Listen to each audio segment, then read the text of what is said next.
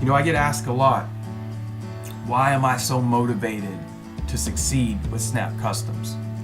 Why do I push it so hard to achieve great things with Snap Customs? And it's easy. I'm motivated. I have a fire in my soul that says this is something that I created. And I'm going to tell you all the story of Snap Customs. It'll be super short, super sweet, and we'll get to my motivation and where it goes and why I work 16-hour days every single day and why I don't sleep sometimes for 3 or 4 days at a time. I'll get into it. So, when Snap Customs started, I just wanted to make a custom action figure. That's all I wanted to do. I shared what I made on social media, and a friend of mine said, man, that's pretty cool. Can I buy that from you? I sold my first custom action figure for $25. It probably cost me $30 to make it, but it was just the fact that somebody wanted a piece of something that I made, and I didn't know my worth at that point, okay? I just knew that, hey, this is pretty cool. You know, I'll let him have this because he wants it. And then he shared it. And when he shared it, 3 other people messaged me and said, hey, can you make me one of this guy? Or make me one of this guy? Or make me this person?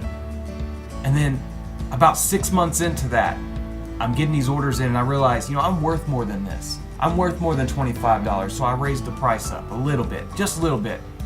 Because I was starting to figure out I had more worth. And I started to figure out that people wanted what I was doing. And that kept blossoming. This was a hobby. That's all it was a hobby.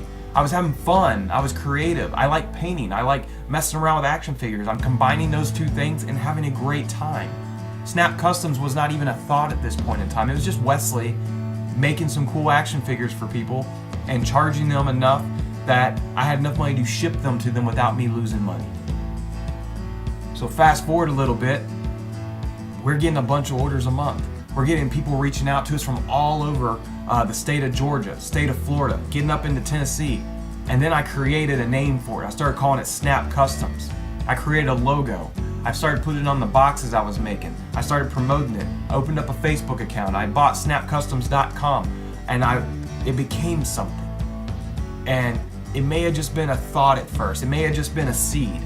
But slowly but surely every day I watered it. And every day I worked a little bit harder to make it better. If you look back at some of my first action figures I customized, they're not that good. If you look back at some of my first boxes, they're awful. But as I grew and as that seed started to develop and go through all the stages, everything got a little better, and it got a little better, and it got a little better. And I was never satisfied.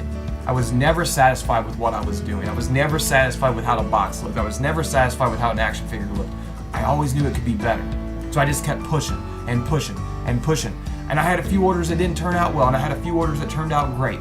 And then I'd say, okay, well, this didn't turn out good because of this, because my printer sucks. I'm gonna buy a new printer. This didn't turn out good because the app I'm using to edit this isn't good. I'm gonna buy the new app. I'm gonna buy new materials to make the boxes. I'm gonna buy different plastic. I'm gonna do this. Instead of using old beat up action figures, I'm gonna buy new action figures and I'm gonna edit them. Yes, the cost is more, but I'm gonna raise my price up a little bit so I can have new action figures instead of old ones. And every day, I just kept doing something different and doing something different and trying something different. And the thing about trying is you gotta take a risk. And a lot of people, when you say you gotta take a risk, are scared away because of failure. Failure can be used as motivation to succeed. Failure is the fire under my ass every single day. I refuse to fail, but I need failure right next to me telling me, if you don't go and work your 16-hour day, if you don't go and dedicate yourself to making that the best piece of artwork that you can make, I'm right here, Wesley, waiting on you. And it's like, you know, having failure set next to me, I'm always in good company because I know what I was before I started my company and I know what I could be without my company. And failure sits right beside me to remind me every single day. And then on the other side of me is success. And now success to me is not something that can be obtained overnight. It's not something that you can just reach out and touch. Success is something you gotta work for. You gotta put in the hours. You gotta put in the time. You gotta fight a 15-round fight and be prepared for them to say you're gonna have another 15-round fight the next day. And I have not been successful yet. I have not reached my goal of where I want to be. Have we grown? Yes. Have we made money sometimes? Yes. Have we got a lot of followers? Yes. Could we have more? 110%. I'm not settled with nearly 1,000 followers on Facebook. I'm not settled with the way my action figures look right now. I'm not going to be settled till you can't tell the difference between something you find on a store shelf and my action figures. I'm not going to be settled till that happens. I'm not going to be settled till I have my own action figure. And then when I have my own action figure, I'm not going to be settled till they carry it in stores. I'm not going to be settled till one day I can reach out and buy my own action figure from a big box store. I'm not going to be settled till that happens. I'm not going to be settled till my store opens and I can buy my clothing out of my store. I'm not going to be settled till everybody can walk in and say, wow, the guy sold one action figure for $25 and now he has this.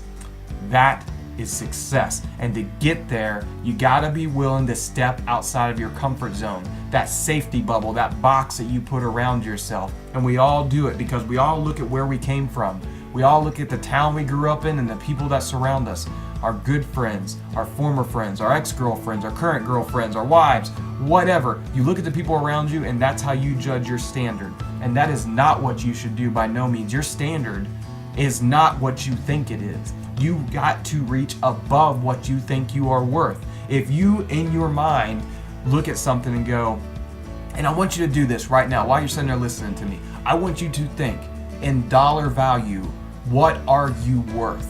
I want you to get a number in your head right now and think about what you are worth. And once you get that number, got it? All right, now take that number, now add 100,000 more to it. Add 500,000 more to it. Add 1,000,000 more to that number. And that is what you are gunning for. Your worth is what you are reaching for. You are not worth that number that you put in your head. You are worth more. You gotta add more to it. And now even if you don't believe it, you will start to believe it if you work towards it. Is Snap Customs a $100,000 company at this point? No, we're not. Will we be? Yes, and more, and more, and more, until I am going to sit back one day and go, look what I did. I'm gonna take 2 seconds to go, look what I did.